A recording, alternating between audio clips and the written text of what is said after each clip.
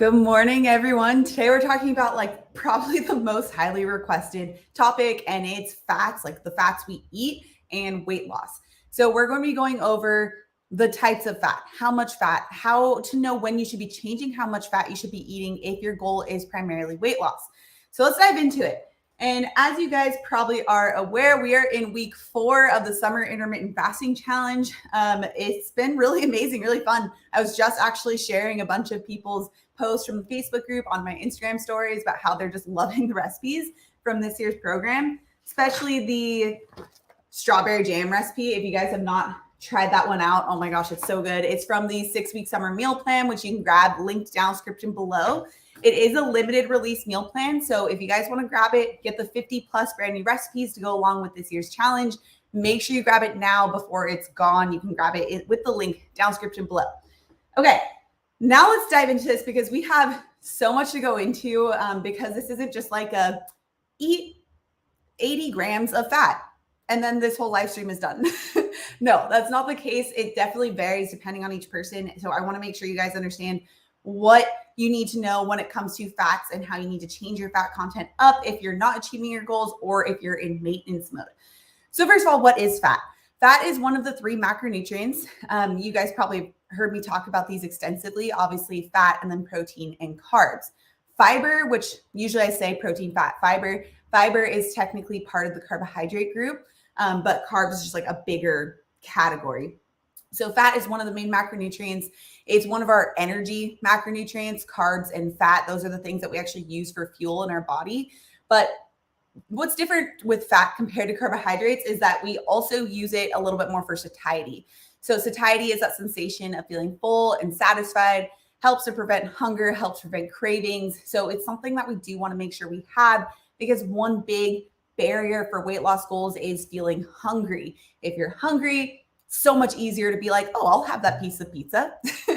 So we want to feel satisfied with our meals. Otherwise, you're going to end up just having foods that are not in line with your goals and that aren't going to make you feel great.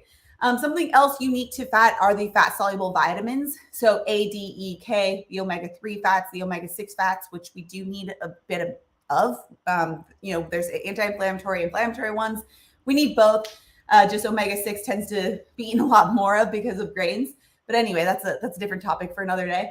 Also for stabilizing blood sugar. So we'll get into this a little bit later on, but we don't want these roller coaster rides of blood sugar levels. We want really stable blood sugar levels. We don't really need to be tapping into that for energy if we're using fat as fuel. So fat has a lot of important functions within the body. One of them being that it does help us to burn fat as fuel, which we'll get into in a bit. And you can find it in a bunch of different formats. So it's naturally packaged with most proteins, especially if they're animal-based proteins. So like beef, chicken, fish, eggs, dairy. And I know what you're thinking. You're probably like, oh, but like chicken doesn't really have fat. That's because usually what we do is we take the skin off and we don't cook it with the bones either. So if you're actually having like chicken in the true chicken form with the skin on, which is what I do recommend, then you actually are getting some good quality fat in there too.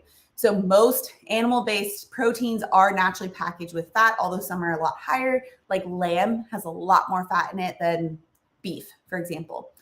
They're also found in isolation, not as often in nature, mostly like we make them in isolation, meaning that it's almost a pure fat. So like oils, you can think like olive oil, butter, obviously, heavy cream, which is pretty much pure fat. There's a little bit of carbs in there.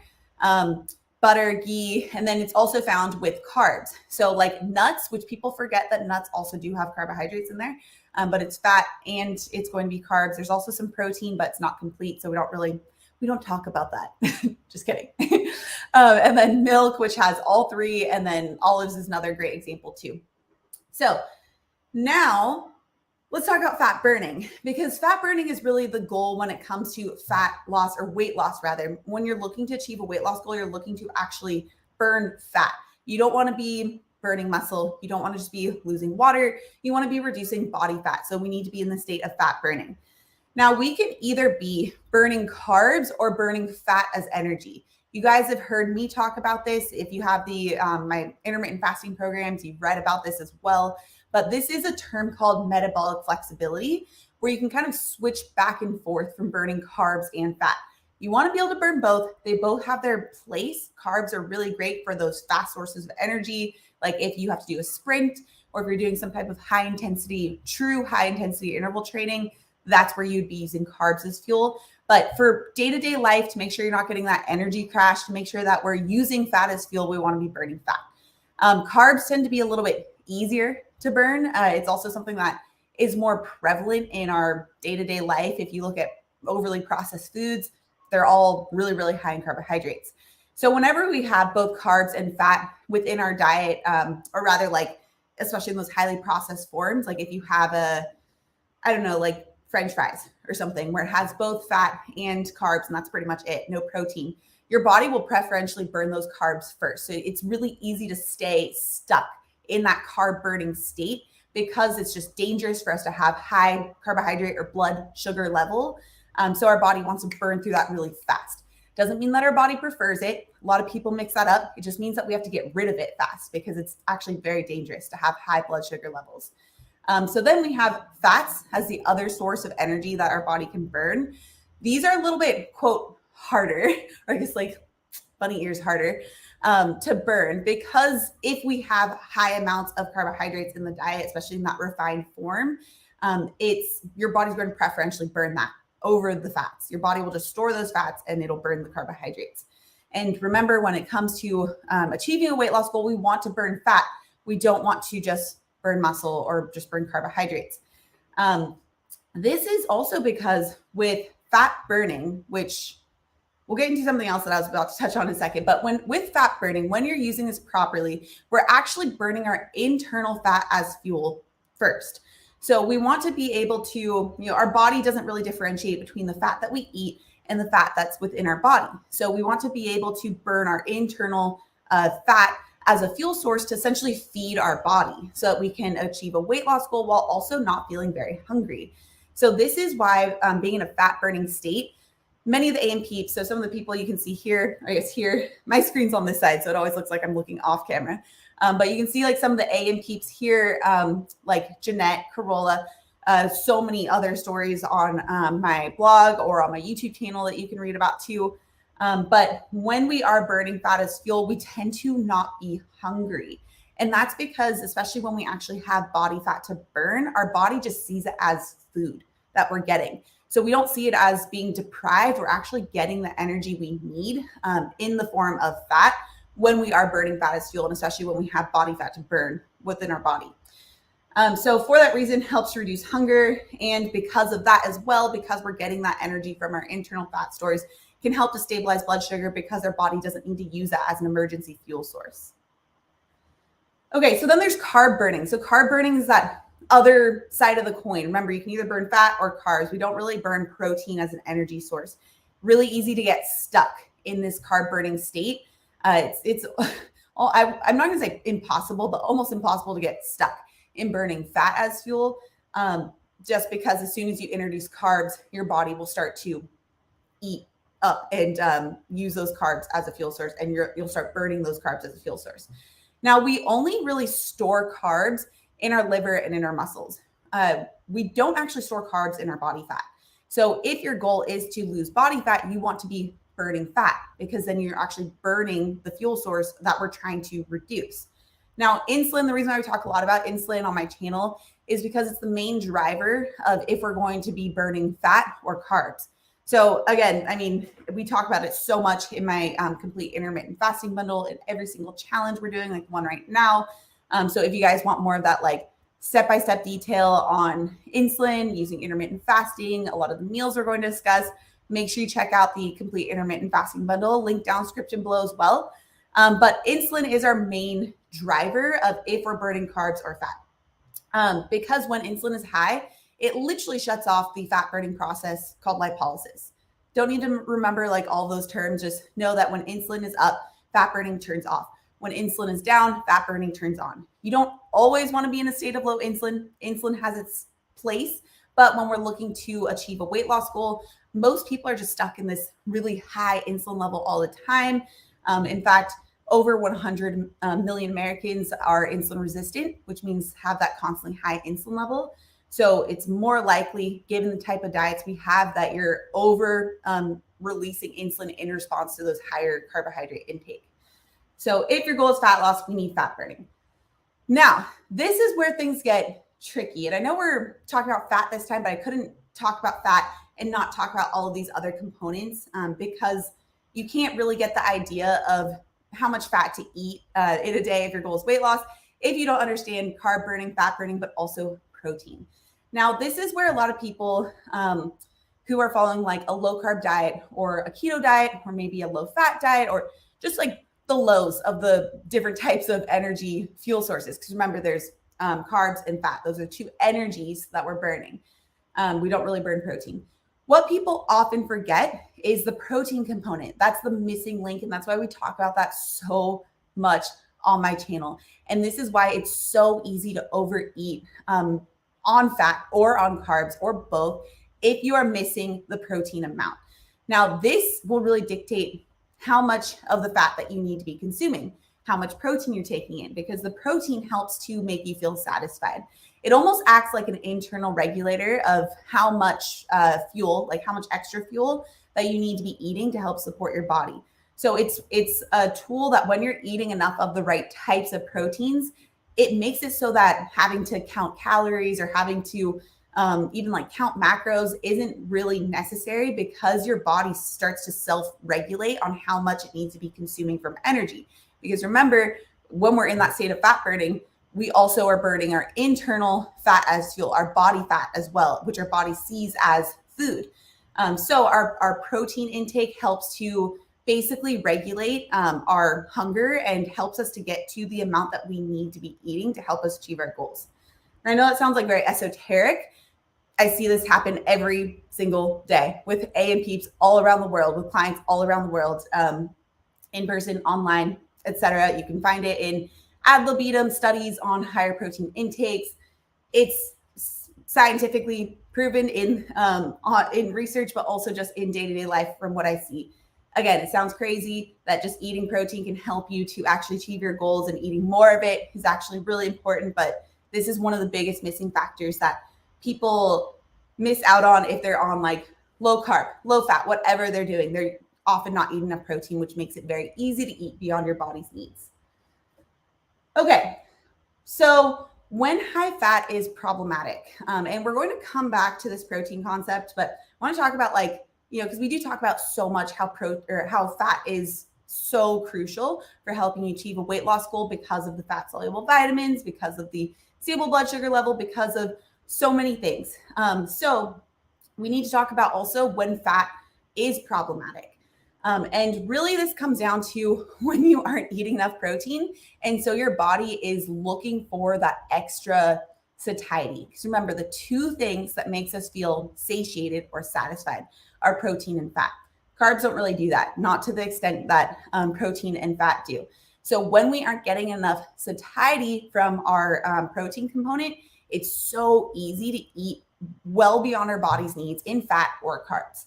So when people are kind of ignoring their protein content and they're not eating enough protein, they start to get more hungry and they start to look for things like the fat bombs, or even like having a spoonful of peanut butter, or maybe 2 spoonfuls of peanut butter, or just these other like fat components, thinking that they're going to be innocuous, that they won't cause any issues because they're pure fat. Now, although fat is great, that'll keep you in a fat burning state if you are eating the fat sources, it's not going to help you achieve your weight loss goal. So you can be technically in a fat burning state. You're burning fat, you're not burning carbs, but you're eating a lot more of the dietary fat because you're getting too low of protein. So that's where you can be burning fat, but you're not actually burning your body fat, which is an important nuance. So the problem I also wanted to show on the flip side of this, because, if I show just this, I know the main takeaway, everyone will be like, oh, okay, I'm not eating fats. Like that is the takeaway of this live stream. That is not the case. It's about making sure that we're eating enough protein so we get the proper amount of fat to be satisfied.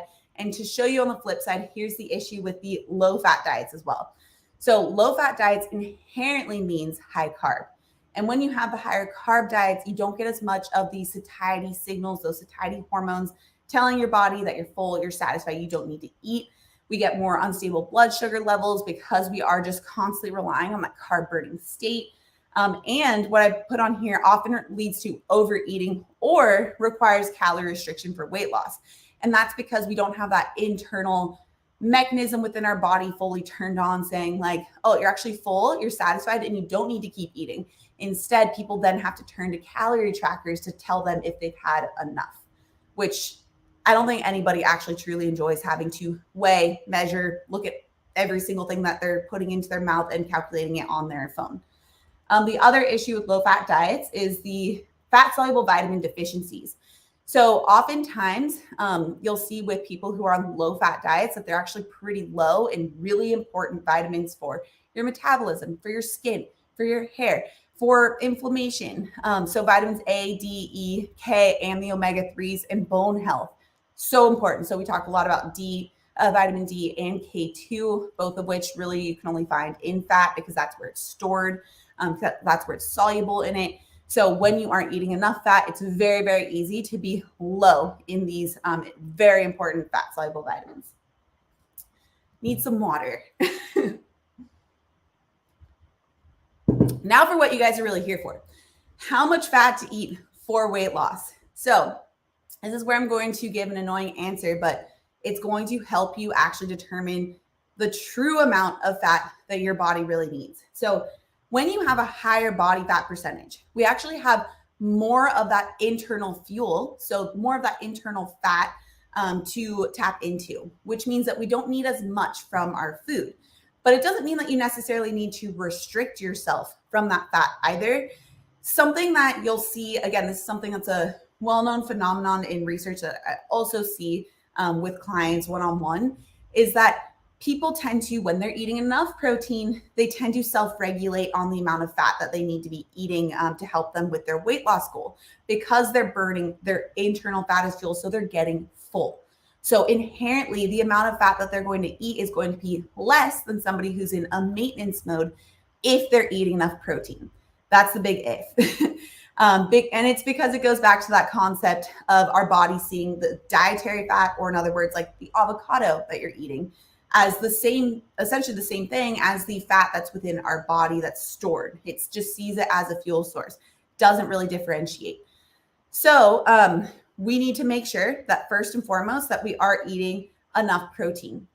And that way it'll help us to actually adjust our fat intake. Now, I want to give you guys like some specific numbers, but keep in mind this is very loose guidelines, and these are things that you'll find that you can adjust, especially if you have my complete intermittent fasting bundle or even the 6-week summer meal plan. So like we talk a lot, obviously, about the protein, the fat, the fiber components. So there's always going to be the fat in there, but the protein is going to stay the same. So when we are talking about let me get to that page because that's a very good page. There it is. Okay, so when we're talking about amounts of fat, a good rule of thumb that I usually recommend within my complete intermittent fasting bundle, you guys will see it in my recipes, it's usually around 3 servings of fat per meal. Now, obviously, if you guys are following my programs and my meal plans, you'll see that it does vary depending on if it's breakfast or breakfast, lunch, and dinner. That's the AEN nutrient timing, so make sure you check that out. Like I said, so much very simple, easy to understand information with really awesome graphics like this to help you along your journey. But the amount, a good amount to start off with is about 3 servings. Now we have flexibility in how much we're going to be increasing or even decreasing. Now, if you find that you are at 3 servings per meal, which you guys can see the servings amount, like if you have the 6-week summer meal plan, that would be, I think, where is that? Page 22. So here's one visual I have on it, but it also has the servings on the complete intermittent fasting bundle as well. So if you have any of my programs, then you'll be able to see that. But like, for example, 1 serving could be half an avocado, but you can also get servings of fat from your proteins too, like eggs. So if you were to have 2 eggs, then that gives you a serving of fat. And to get that full 3 servings, that would be adding on half an avocado as well. And then putting, let's see, what would taste good? Putting a half cup of olives on top. That actually sounds really good. Or like a little bit of feta cheese to make it more like a Greek style. Now I'm just like thinking about my next meal. So that's how you could calculate out like the 3 servings, which again, you'll see reflected in the meals that I have within my programs. They all follow that format. If you find that you are losing too much weight, or if you're at maintenance and you are starting to get more hungry, that's when you can add an extra serving of fat, like increasing it to 1 avocado instead. So as I mentioned, that's page 22 in the 6-week summer meal plan, which is linked down description below if you guys don't have that already. But a good place to start is about 3 servings per meal, usually about 2 servings at dinner, just to help make sure that you're not going to get overly satisfied, slow down digestion too much before dinner. Now, there is a case for having a little bit less. So I do have some clients where we drop it down to 2 servings of fat at each meal instead of the 3 servings of fat. I don't necessarily recommend starting off there because you do want to make sure that you're feeling satisfied, because if you aren't, remember that leads to overeating in other categories like sugar. So we don't want to have too little fat, but starting off about 3 servings of fat, great place to begin. Then if you find you're just too full and you don't need as much serving or as many servings of fat, you can drop it down to 2, maybe at one of the meals, and then keep it 3 at another, or do 2 at both lunch, dinner, play around with it. That's a good place to begin with. And again, go a lot more into detail with the A and nutrient timing in my programs that are linked down description below. So that's a good rough like area to play around with, but I wanted to give you guys a visual as well. You can see, actually, I wrote this as a bottom bullet point. As maintenance is achieved, more dietary fat is needed because less body fat is available. Now, this is something that is where you'll want to pay attention to, because I have this happen with a lot of my clients where as they've achieved their goal, they notice that they have a lot less body fat now, and now they're more hungry. The foods that used to satisfy them before just don't satisfy them anymore. And typically this is because we have less body fat to pull from. So we need more from our food sources. So this is where you might jump from 3 servings to 4 servings instead. So using that as a good guideline, seeing like that 2 to 4 range and kind of fluctuating in between there is a really great place to kind of be. And I wanted to show you a visual of what this would look like. So you can see I put on here initial weight loss. That's this first column. The bottom bar is your protein intake. The middle is like your carbohydrate intake. And then the top is your fat intake. So you can see with the initial weight loss, this is when we still have the same amount of carbohydrates. We still have the same amount of protein. Those never really change.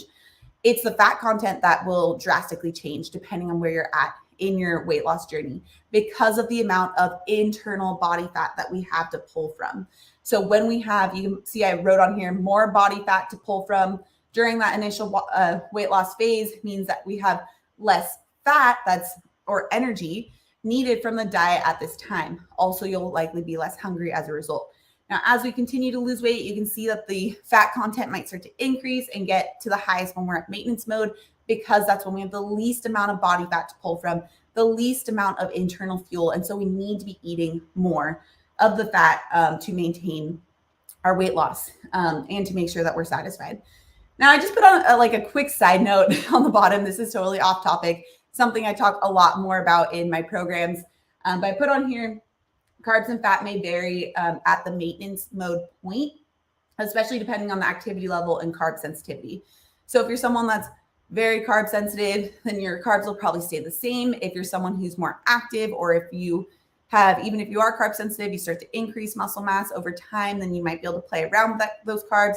That is something that, again, go into a lot more in my programs on how you can play around with that, especially with the athlete protocol. But I just wanted to put that as a note so you guys don't think like everybody needs to eat the same amount of carbs as well. That is also highly variable.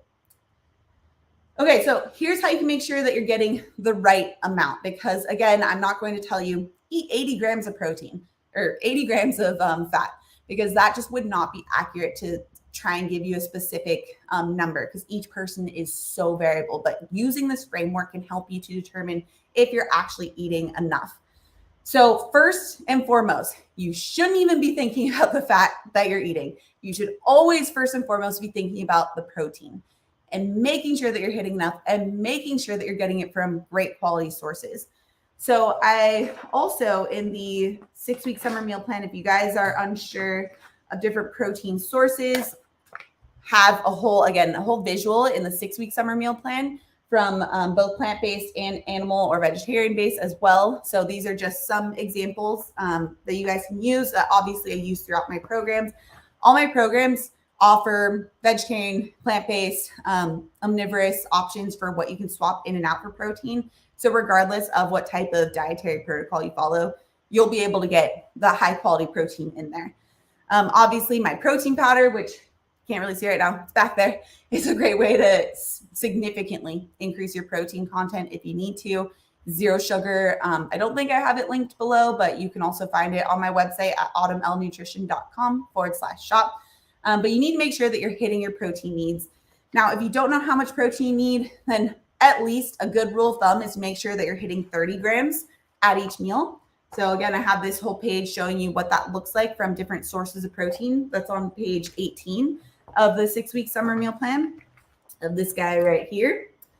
But you want to try and figure out what your true number is, but 30 grams is a good place to start off with at each meal so that you're getting about 90 grams of complete protein at each meal. I don't recommend using calorie trackers for this because it's not going to show you an accurate idea of how much protein you are eating. And this part is so important for helping you achieve your goals that it's really crucial that you make sure you get this right. So make sure instead of just looking at calorie trackers, you get an idea of what 30 grams of protein actually looks like. And if it means weighing that just like for a week for your different proteins, you get a visual of what 30 grams of cooked chicken, which is about 3.3 ounces of cooked chicken, not 30 grams by weight. We're talking about protein. So I know that's also a confusing topic, but again, that's why use this page. This page is going to be so helpful for you for understanding how you can actually get enough of the right types of protein. But making sure you hit your protein needs first is the most important thing for actually making sure you're getting enough fat. Now, the next thing, we're still not thinking about fat at this point.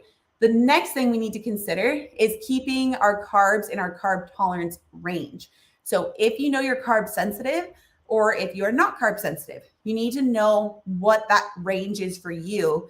And if you need to be sticking to purely low glycemic load carbohydrates, again, we're not talking about total carbohydrate count. We're talking about quality of carbohydrates. So if you are very carb sensitive, staying with those low glycemic load carbs, or if you're less carb sensitive, playing around with some of those medium glycemic load.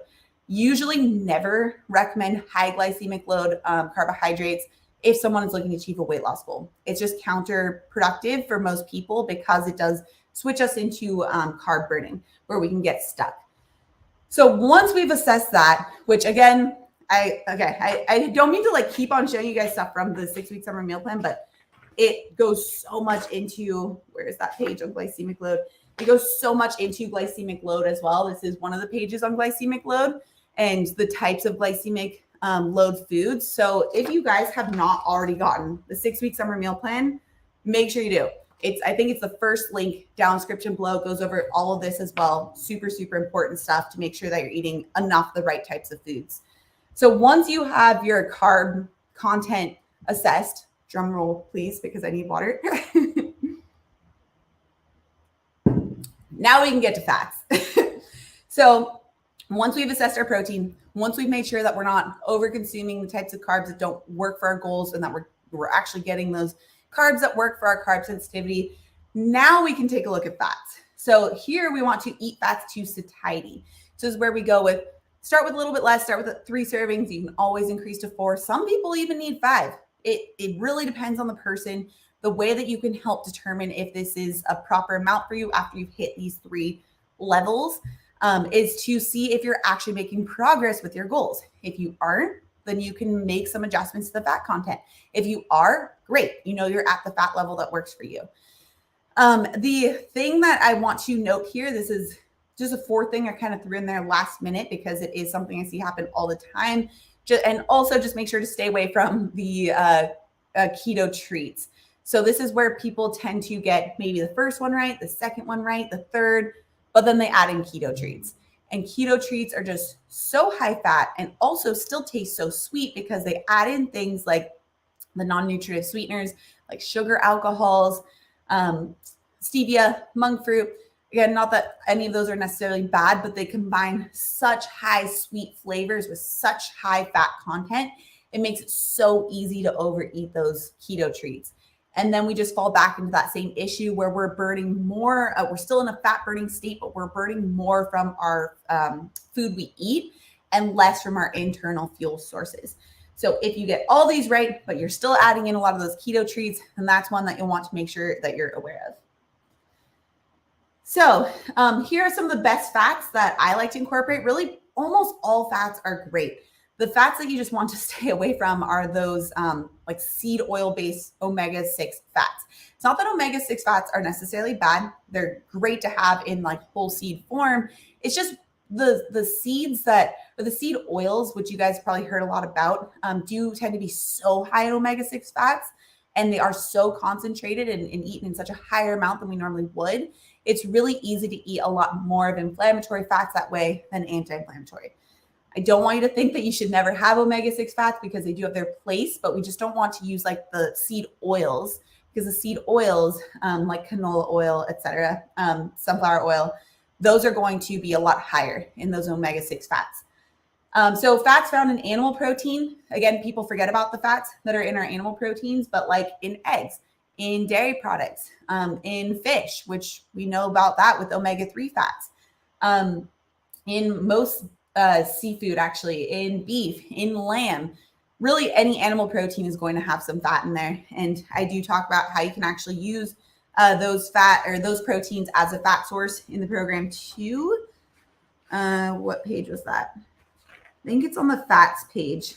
Yeah. So like you can see on page 22, like 4 ounces of a fatty fish, like salmon, that would actually be 1 serving of a fat as well as a serving of protein. So that way you can already kind of get some of your fat naturally packaged with your protein. I mentioned grass-fed dairy fats, which are really high in vitamin K2, which is so important for bone health, for heart health, really crucial. Olive oil, olives, nuts, seeds, avocado oil, coconut. These are just some examples. I'm sure I'm missing some on here, but these are just some really great ones to make sure that you're filling your plate with. You can see like with this picture here is from my Sunday salad recipe from the 6-week summer meal plan. And I have avocado on there. You can't see it in the picture, but I also have cheese on there too. So those are the main sources of fat that I use in that Sunday salad. And then obviously the dressing that goes along with it. So those are like my 3 main sources of fat. Actually for myself, I usually put 4 servings. So then we also get it from the protein as well. And you can see that reflected in all of my recipes. So I follow that 3 to 4 fat range with all of my recipes, and they all are listed out in those single serving amounts of fat. So you can easily take one away or add one in. So we have the green smoothie from this year's program. We have the Mediterranean bento box, which you can see in that one. We have some fat in the form of Kalamata olives in that little salad portion. We have the Parmesan crisp, which is so good. And then some fat with the chicken too. We have the smashed avo burger that's off actually on this side for me, where we have a couple different forms of fat with the marinade and the fat in the beef. And then we also have the avocado that's added in there. So you can see it reflected in all of these different recipes. So it's very simple for you. And then from there, you can use those strategies that I discussed on increasing or decreasing, depending on your fat amount, depending on if you are in weight loss or maintenance mode, and depending on if you're actually achieving your goals or not. So with all that said, this was such a long live stream, and I'm going to go through and answer some questions. Would you guys have questions? Make sure to put 4 question marks before and after. But if you guys want to join the 6-week summer meal plan, where we are currently using this 6-week summer meal plan, or if you want to join the 6-week summer challenge, we're using the 6-week summer meal plan right now. This is a limited release meal plan. It's actually my favorite meal plan I've ever created. It took me so long, like the longest out of any of them, not only because it has the most recipes, it says over 50 brand new recipes that follow this format that I just discussed, but it also has really amazing visuals because I wanted to make everything, like all the information for you guys, really easy to just visually understand as well.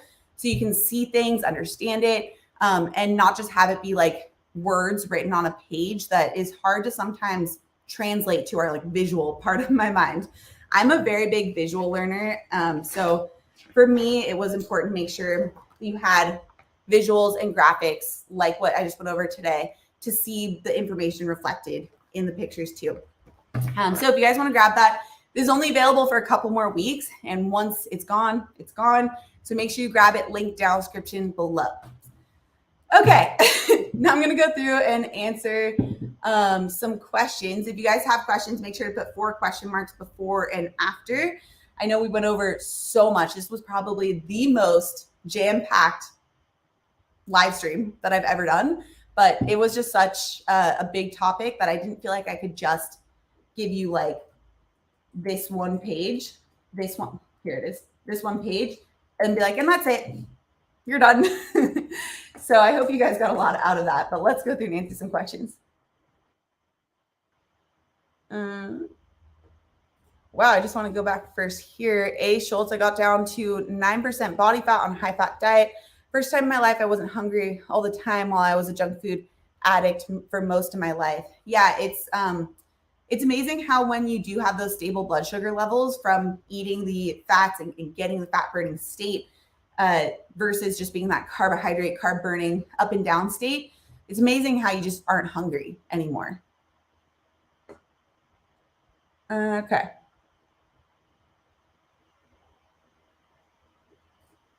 Let me see. Hello, Autumn. Congrats on the pregnancy. Thank you. If you guys are curious, I'm actually like 36, almost 37 weeks pregnant right now.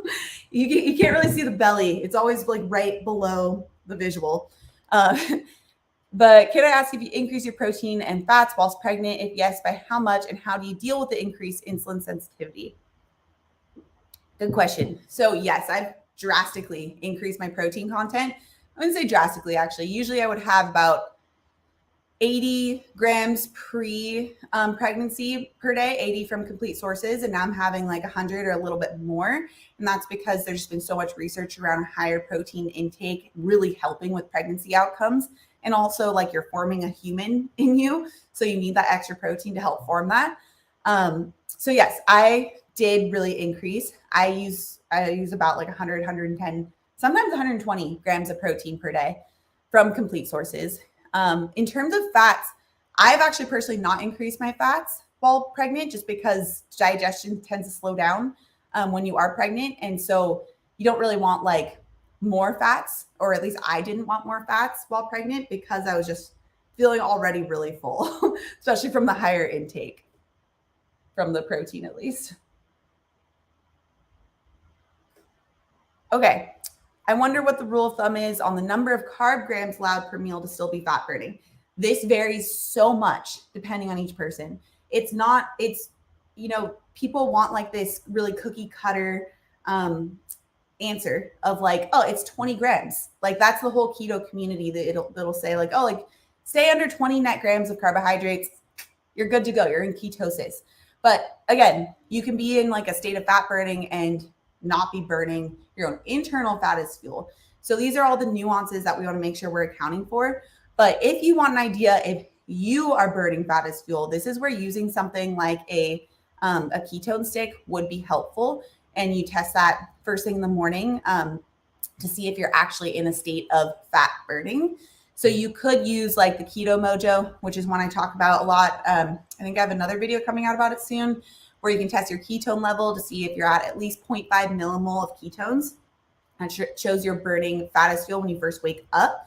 So that's a good way to help determine if like the amount you ate is going to be adequate enough, if it's too much or too little carbohydrates to throw you out of that fat burning state, which again, you don't always want to be in fat burning. We want to be able to switch easily back and forth. But if you are eating so much of those highly processed carbs or so much of the carbs that's beyond your carb sensitivity level, where you are now burning just carbs as fuel, it's really easy to get stuck in that as well. So we want to be able to go back and forth. And so when you're in that fasted state, like if you're using intermittent fasting, that's where we should be burning fat as fuel because our insulin is low.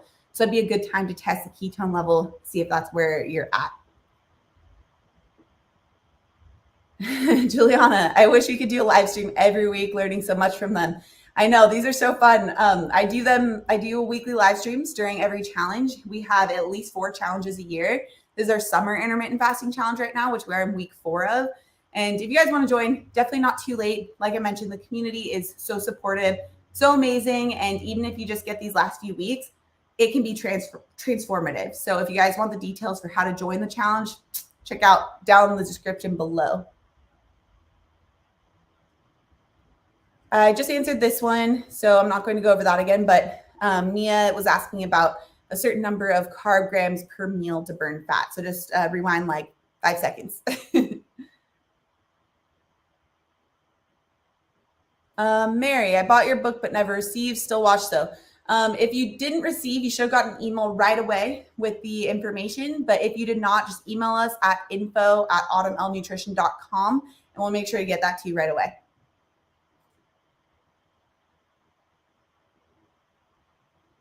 Okay, Lisa, is keto coffee a serving of fat? If so, how many servings? Depends on how much fat you're using. So like typically I would say like about a half tablespoon of the coconut oil or butter and or butter that you can be using in keto coffee. So that would amount to about a serving of fat. But this brings up a good point as well, because keto coffee I love as a great tool to help for especially beginners when you aren't quite burning internal fat as fuel sources yet, because you're kind of stuck in that carb burning state. This is where using keto coffee, especially during the fast, can be so helpful for helping to get your body to burn fat as fuel, not feel as hungry during that fast, and make it a lot easier of a transition. But the mistake I see people make is that they love it so much because it tastes so good. Totally understand. So they end up having 2 servings or 3 servings of keto coffee, which that still amounts to the same type of issue of just overdoing the fats in general because you're not getting enough satiety from the protein. So keep in mind, even with keto coffee, really easy to overdo it if you're not getting enough protein. This was something that I personally had to play around with as well. I significantly cut down on the morning fat that I was having in my coffee, where I was just having like a splash of heavy cream in the morning, because when I was actually accounting for the amount of protein I needed, I was getting way too full, like for myself, because I am in more of that fat burning state and I have become much more metabolically flexible over the years. I didn't need as much fat from my coffee. Some mornings I didn't even put any in there because I was getting so full from the protein amount. So it's where you really need to assess the protein first. Use that checklist I went over where you can assess the protein, your carb tolerance, then the fats.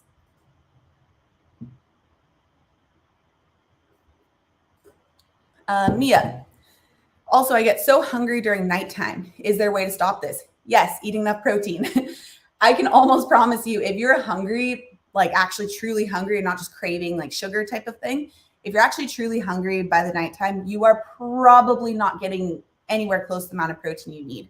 So either calculate your protein needs with the video that I have. Just type onto YouTube how to calculate your protein needs and my video will pop right up. I think it's like the first one.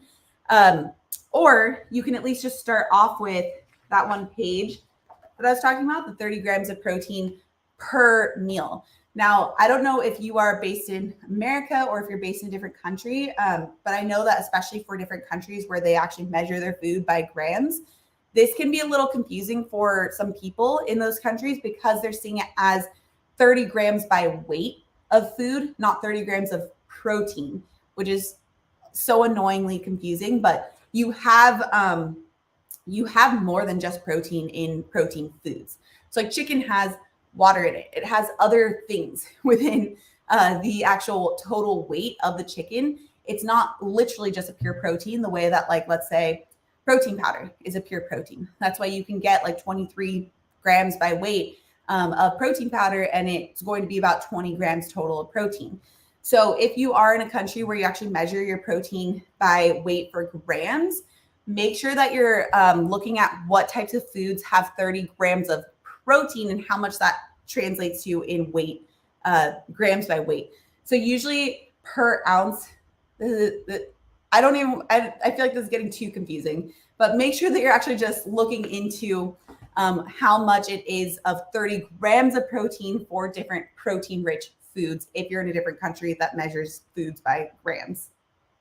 Just want to put that on your radar. It's a question I get a lot. Okay, Juliana. Hi, Autumn. I'm using your protein latte from your new program as a mini meal. I use chai tea because I don't like coffee. Is that fine?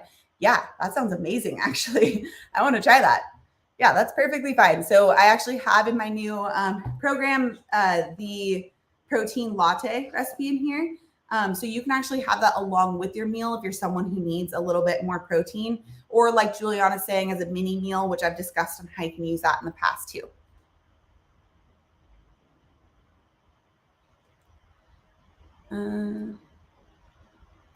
Okay. How do you feel about no sugar soda for appetite suppression, aka Coke no sugar? I've not found it to actually help suppress sugar cravings or appetite. Maybe the caffeine could, but yeah, I found that these like no sugar soda alternatives are still really, really sweet tasting. So it tends to get us to still crave more sweets later on. It gets us to not want to have the protein component. It wants us to have something sweet instead. So I'm personally not a big fan of them.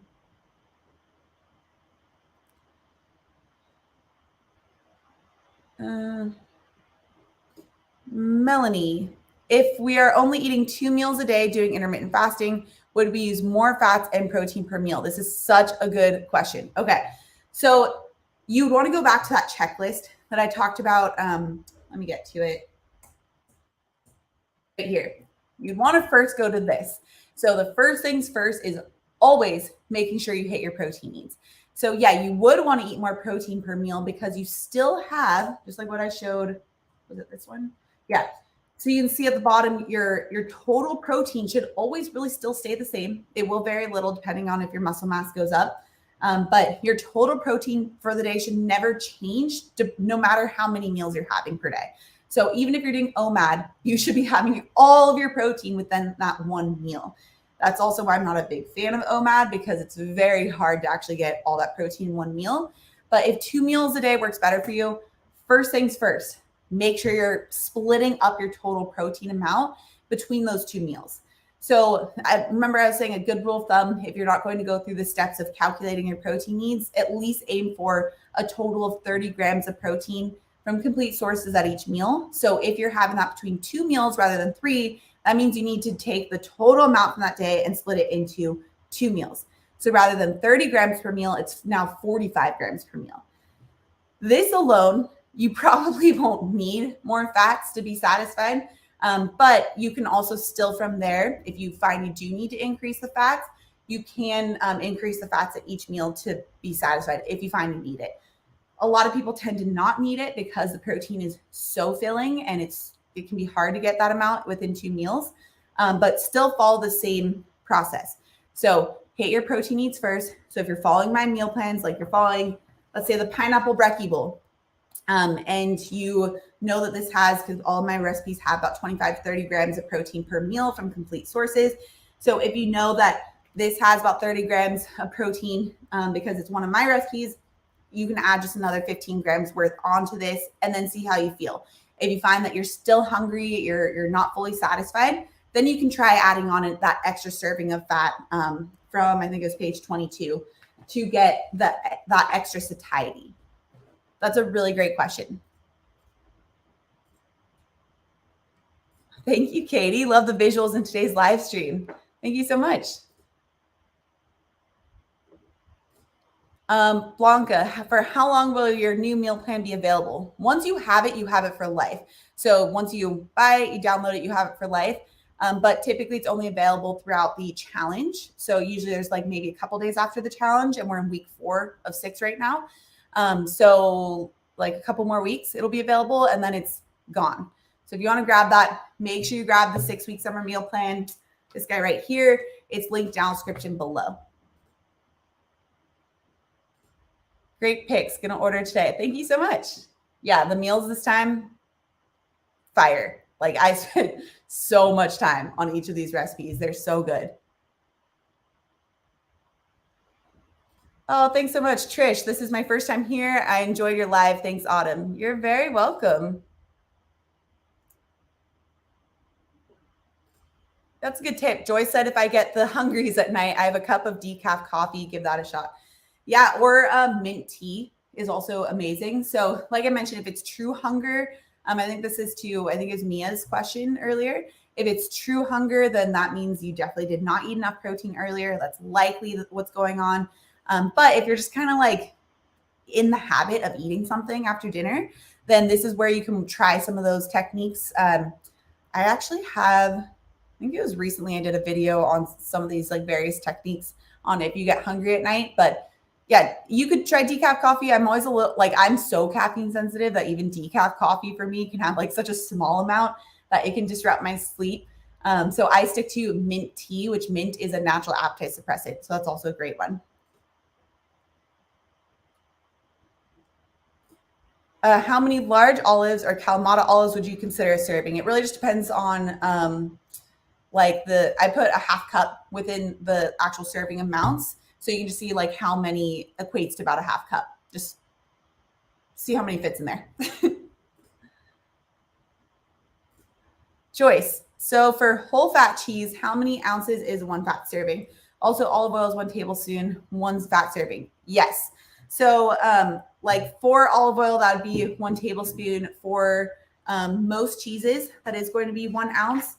But like I mentioned, it is on page, here it is, page 22. So if you want like the full breakdown, I have page 22 that you can check out.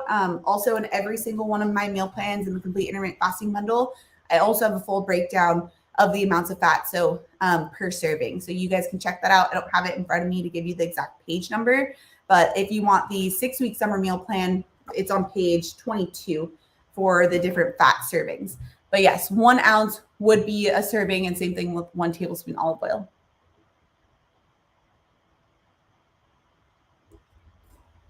Gina, I was told I should not use coconut as a fat source because of my cholesterol. Why would that be? And can I substitute with almond? Yeah, this is another one. I think I've done a video. If you watch my keto coffee video, it's like keto coffee and LDL cholesterol. Just type on YouTube, keto coffee, LDL, Autumn Bates. And that video should pop up because it's a very nuanced topic. There's some people that it's due to the saturated fat content. Some people have this certain type of genetic predisposition where even saturated fats can be an issue, but a lot of people actually don't. So you want to make sure that you understand where you fall within that as well. And I go over that within my LDL, just type keto coffee, LDL, Autumn Bates on YouTube. That video will pop right up. But yeah, if you are one of those people that just can't have something like coconut, or maybe you're allergic to coconut, then you could substitute any of the other fats with for the coconut. So like depends on the recipe. Like if it's one of my smoothies, then a good fat swap would be like chia seeds. You could put in chia seeds instead, like 2 tablespoons of chia seeds instead of 1 tablespoon of coconut butter or coconut oil. And then if it's like a more savory dish, then you could swap in something like almonds instead. So you could just play around with that one page on page 22 and just swap out any of those for the equivalent amount of coconut. Michelle, how long does it take for your body? Well, how long does it take for your body to switch to burning fats? I've heard it takes a while. It can. So if you are insulin resistant, that's when it can take a while. When we're insulin resistant, we tend to have that higher fasting insulin level, which means that even when we're not eating, our insulin level is higher, which really just means prediabetes. And you won't really know that unless you had a fasted insulin test done. The only other kind of roundabout way to kind of test this is to see if during the fasted state, if you are able to burn ketones, if you're able to have that higher, like 0.5 millimole or higher ketone level, then that's a sign that you're probably burning fat as fuel and you're likely not insulin resistant. So if you are insulin resistant, it can take time for that insulin level to come down. It can usually take like at least a couple weeks of making sure that you're eating within your carb tolerance, that you're eating enough of the proteins and fats to be satisfied and not overstimulate insulin. But for some people, it can be a matter of like a day or two. So it really just depends on the person. Often it's dependent on like if you're insulin resistant or not. Also, if you're active or not. The more active you are, the easier it can be to get the body to switch into a state of fat burning. what is your eating window during pregnancy? Currently, I'm not actively following like a specific intermittent fast, but I don't eat after dinner. So I'm like inherently getting about like a 13, sometimes 14-hour fast. I've been eating like my first meal around like 8:30, sometimes 9, just because that's when I start to get hungry. I do like to still work out in a fasted state. That's just how I feel best. And then we eat dinner around like 6-ish. So like we're usually done around 6:30. Sometimes we eat a little earlier, but we don't eat something after. So that's where I get that inherent, like natural, about 13 to 14-hour fast. But definitely making sure I eat enough for my body's needs within that period of time.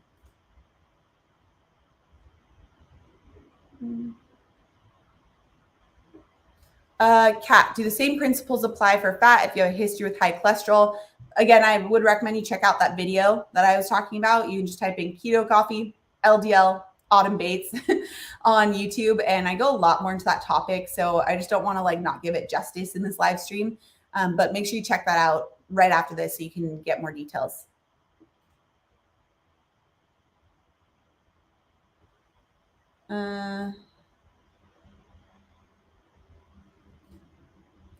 Caroline, how do I check the carbs I need? And also, do I need to be in ketosis for intermittent fasting? I have a great free quiz online. If you want to get an idea of if you might be carb sensitive, you can just type onto Google, just type Autumn Bates carb sensitivity quiz or carb quiz, and it should pop right up. But that's a good quiz to help give you an idea of how carb sensitive you might be. If you are more carb sensitive, that it's not necessarily the amount of carbs that matter more so than the quality.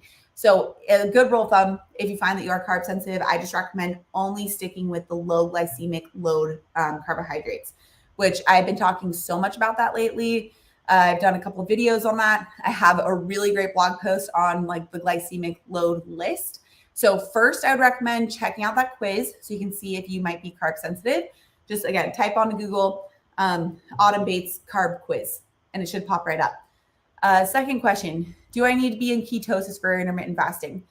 You don't, I mean, you will, most people will be, just because that's what happens when you are fasted. Your body switches to burning fat as fuel, which inherently produces ketones as well.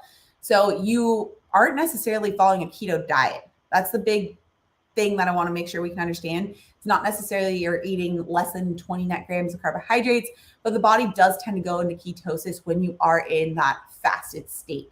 So we have a time when we are in that state of purely burning fat as fuel, in that state of ketosis, and then we will burn some carbs as fuel during the eating window. That's where we get into that more metabolic flexibility and not just burning fat or just burning carbs. Karen, great information, Autumn. For me, I focus protein. Too much fat causes digestive issues for me. Yeah, so that's where you can find the amount that works for you. So for Karen, she's really spot on saying that she focuses on the protein first. That is the key takeaway for understanding how much fat you need. First, focus on your protein. Follow this, and then you'll be able to figure out how much fat you need. There is going to be trial and error, and it will change over time as your goals change. As your body fat percentage decreases or increases, that will change too on how much fat you need. So it's not like a one size fits all, or even one size fits all depending on like you now versus you 6 months from now. That will also change.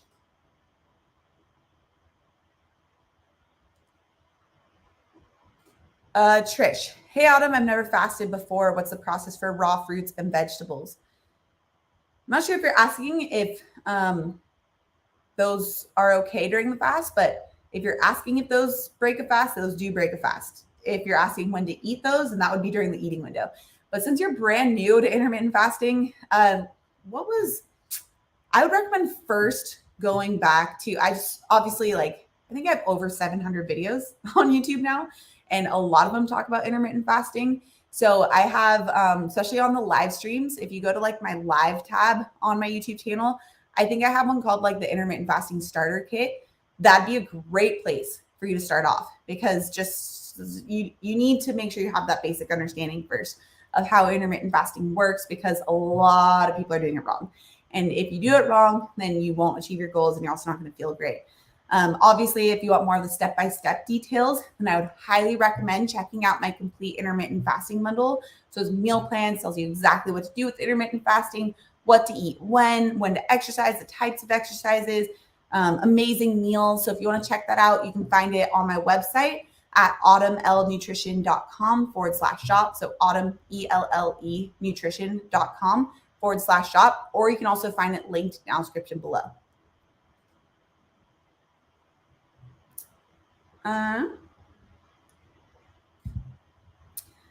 I'd love guidance for feeding my 6-year-old well. Yeah. I might be doing, as you guys know, I'm pregnant right now. I might be doing some videos on this in the future because I do have a lot of tools that I use with my clients that I'm going to be using with my kids as well. So maybe if you guys want information on that, let me know. Drop it in the comments because I might do like videos or like a series or shorts on that, or maybe blog posts. So let me know if this is something that you guys are interested in, and I'll definitely add that to my content calendar. Angela, how long should it take to eat? I find myself taking 30 plus minutes to eat. It's hard to eat faster sometimes. I wouldn't try and eat faster. You don't want to eat super fast and then have your stomach hurt. You want to eat in a way that allows you to actually digest your food. Now, it depends on the meal you're eating and how much time you have to eat. Like with a salad, that takes me a long time to eat as well. Like especially a big salad can take a solid 30 minutes to actually chew through like a full big salad. So if you are someone who like doesn't have enough time to actually spend the time chewing and eating for 30 minutes, then eating the foods that don't require as much chewing and breakdown can help to reduce the amount of time that you are eating. So like a smoothie is great. The yogurt bowls are really great that I have in my programs, chia pudding. Any of the cooked meals also are going to be a lot easier to break down, easier to chew, and easier to eat. Not quicker, but it'll take less time to eat. So you just want to see how much time you actually have to eat. Make sure that you're eating it in a way that's not going to cause GI distress by eating too fast. And if you don't have the time to eat like a big salad, then swap over to something that's either cooked or blended or uses like the yogurt bowls, because those are going to just require less chewing.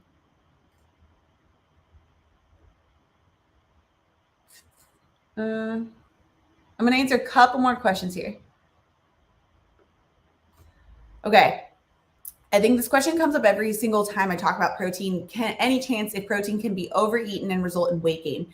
The likelihood of this happening is so slim, especially if you're eating it from like good high quality sources. So like if you're getting the high quality proteins, not the low quality proteins that are actually really rich in protein and high diets, or the proteins that I talk about in my programs and in my recipes, it is nearly impossible to actually eat beyond your body's needs.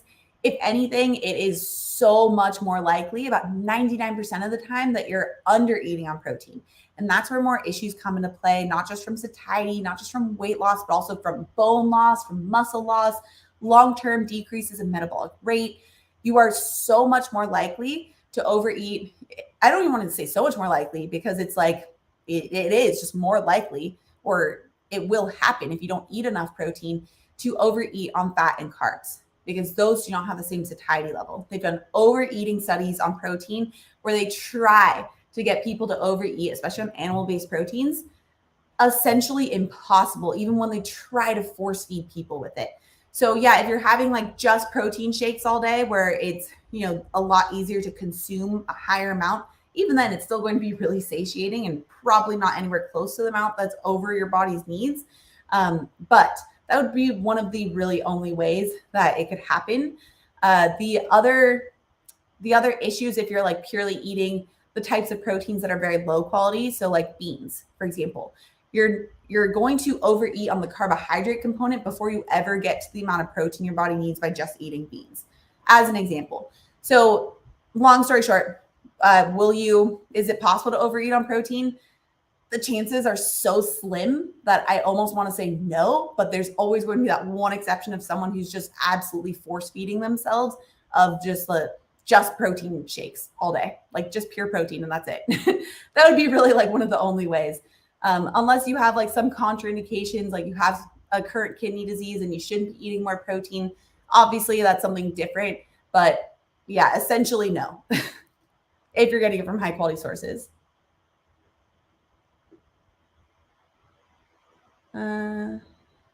Yeah, so Melanie, I calculated my protein needs and it says that I need 120 grams of protein per day.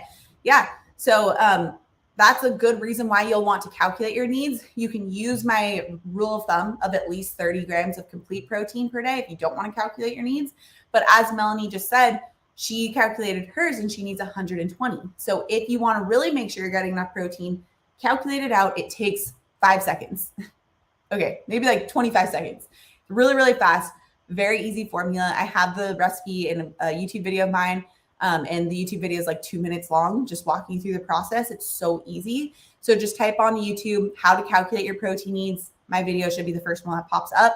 And you can get a better idea of how much protein you need. So like for Melanie now, from here, what she would need to do is then split her meals into 3 meals that have that equal amount of protein in each one.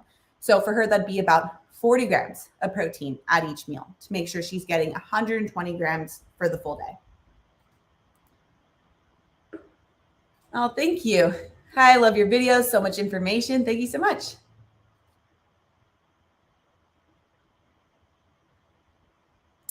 Okay. So many good questions. I'm going to try and get through a couple more here. Daria, sometimes I get constipated when fasting. Should I eat more fat during these periods? At what meal?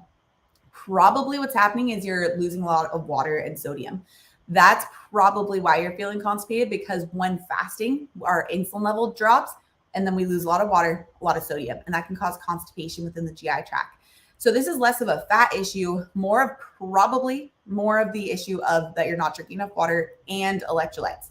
So I did it's so hard for me to remember like which videos I covered each thing in, because we talk a lot about different things in each live stream.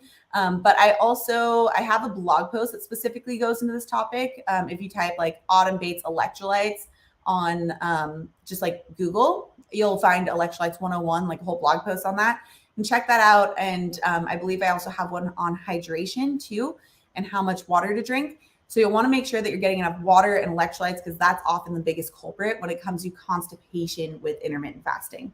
Speaking of, I'm going to have some more water. Oh, Suki, just received your vanilla protein powder and it's delicious. Thank you. Bought 2 bags, one for me and my sister, and she loves it as well.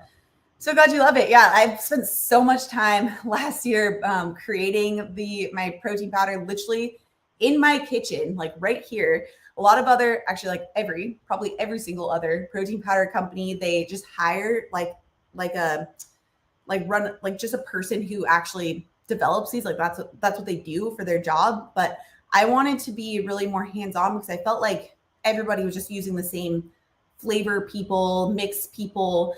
And so everybody's protein powder was just coming out the same. And I wanted mine to really reflect like the types of meals that we create here. I use protein powder in my recipes.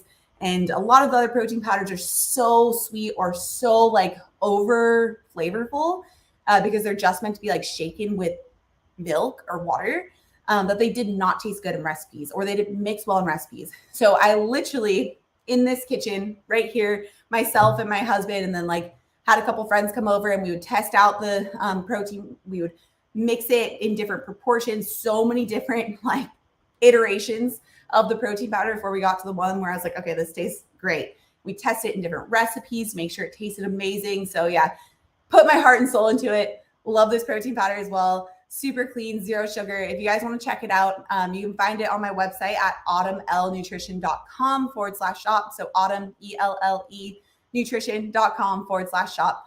I don't think I have it linked below, but that's where you can find it.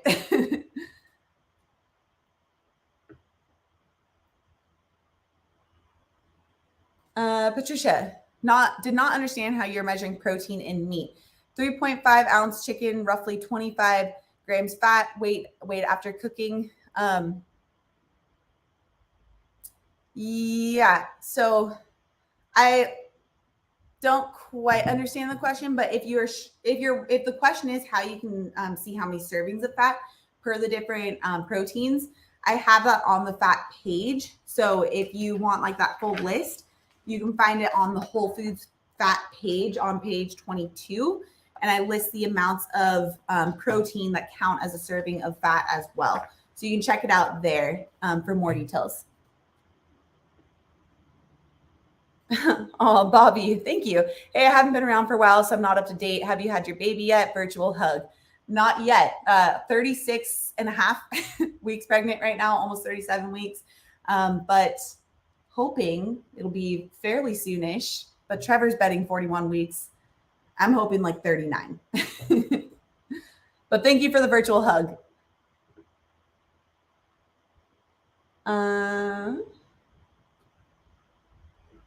Melanie, do you suggest doing a 36-hour fast periodically? I do not ever, unless it's a reason, like unless you're working with a doctor and you're working on a specific type of condition that maybe might require it, or you're really working with someone who actually knows what they're doing with the fast and using it for specific purpose, then I would not recommend just on your own using 36-hour fast periodically, because people tend to use them in the wrong way. They tend to use them after like a 4th of July weekend. I ate way too much stuff that I just don't feel good. I'm gonna do 36-hour fast and kind of like cleanse my system. This is where we get into the yo-yo dieting. I rarely see people actually use it in a way that is supportive of their goals. Plus 36-hour fast means you're going a full 36 hours without eating enough protein for your body's needs. Really, most people are so low in protein that this can cause way more issues than not having a 36-hour fast. So I'm a bigger fan of having those shorter fasts, like either 14 or 16-hour daily fast, getting the gut health perks, getting those benefits, and then still getting enough protein. Frankie, good point. If you became an adult in the late 70s or 80s, the concept of eating fat/full fat anything is hard to mentally overcome. Once you do, though, it is amazing how much better you feel. Absolutely. This is something my mom has told me time and time again. It took her so long to trust the types of meals that I was trying to get her to eat. But then once she did, she felt so much better. Like her energy levels were better. She noticed her skin was better. Just everything about like her overall health and well-being was better. And she wasn't gaining weight. She didn't have a weight loss goal in mind, but she was scared that she was going to gain weight when she was increasing her fat content. So yeah, it's definitely a mental hurdle. Absolutely. But when you're doing it the right way, including the right types of fats and not also pairing it with higher sugar, it can be transformative, which is why I don't want you guys to hear this conversation on fats and think like, oh, I need to decrease my fats and just have a low fat diet. That's not what I'm saying. We need to find the amount of fats that works for your body where it's at right now. So that's where you want to go back to like this page right here. And if you're just tuning in, because I know that there's people jumping in and out, make sure you rewatch this live stream from the start, because we talked went over so much information on how to determine how much fat you need for your goal, what the fats are used for. This is like one you're going to want to bookmark, share with others, make sure that they see this information as well, because I can almost guarantee most people have not heard this, especially in this type of detail. And you want to help your friends and family too.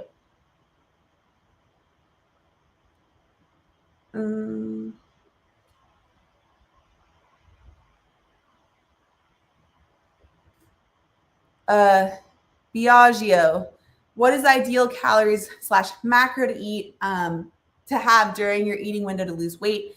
I don't want to get into the habit of tracking / not sustainable. Yep, I agree, which is why I don't ever recommend calorie tracking or tracking in any of my programs. And you still will see, let me go back to that page, stories just like this. So we have Carola, we have Jeanette, we've had Ron, we've had so many people who've lost 40, 50, 60, 70 pounds, all without counting calories, because they're following these exact guidelines that I'm talking about. It can be very freeing, but it can also be a little scary at first if you're used to only tracking calories when you're achieving a weight loss goal, but it's not something that you have to do. This is something that we've seen time and time again. You can listen to stories online on my channel. I think if you go to the intermittent fasting results playlist on my YouTube channel, you can hear stories from people like Jeanette and Carola Kristen, Katie, like we have so many people where they share their stories on how the only way they lost weight in the past was to, Ghislaine is another great example, where the only way they thought they could lose weight in the past was from calorie restriction / just calorie counting in general. And none of them do that now. They don't use that, and they're able to achieve their goals, as you can see in these pictures, because they're following the types of protocols we discussed. So I know it can be scary at first to let go of the idea of calorie tracking, but that's why you need to have this understanding, this education behind you of how to actually go about using fat as fuel in this proper way. So that way you can achieve your goals, not have to count calories, and it's so much more sustainable, so much more freeing. The thing I get people emailing me all the time, like at least every single day, and on Instagram and on the YouTube comments, is how they just feel like they have so much more food freedom and so much more flexibility with their meals. Just they feel so much better, like they have a better relationship with food. And it's because they don't have to track their calories, because they're using their internal fat as fuel. They understand these concepts. And once you get it down, it's so simple and so delicious. So if you want that information, make sure you join one of the challenges, like the one we have going on right now. There's still a couple weeks left. So we're in week 4, but you can still join in and still tap into this amazing community, use the information, use the recipes. Check out the link down description below for how to join, because it really can be transformative on how you not only approach your weight loss goals, but from there, like how you can maintain this and never have to count a single calorie again, because that's not fun. With that being said, guys, like I mentioned, if you want to join the 6-week summer intermittent fasting challenge, let me get to that page. The link is in the description down below for how you can join. We have amazing meals, amazing community, so much great information, brand new meal plan that's also linked down description below too. So if you guys want all of that, if you want to join in, eat those great meals that help to make you feel amazing as well, check out the link down description below. We still have a couple weeks left, so we're going to have another live stream next week. So make sure you guys tune in next Monday at 9 a.m. PST for another jam-packed information session, and I'll see you guys really soon. Thank you so much for tuning in. Drink some water, eat enough protein.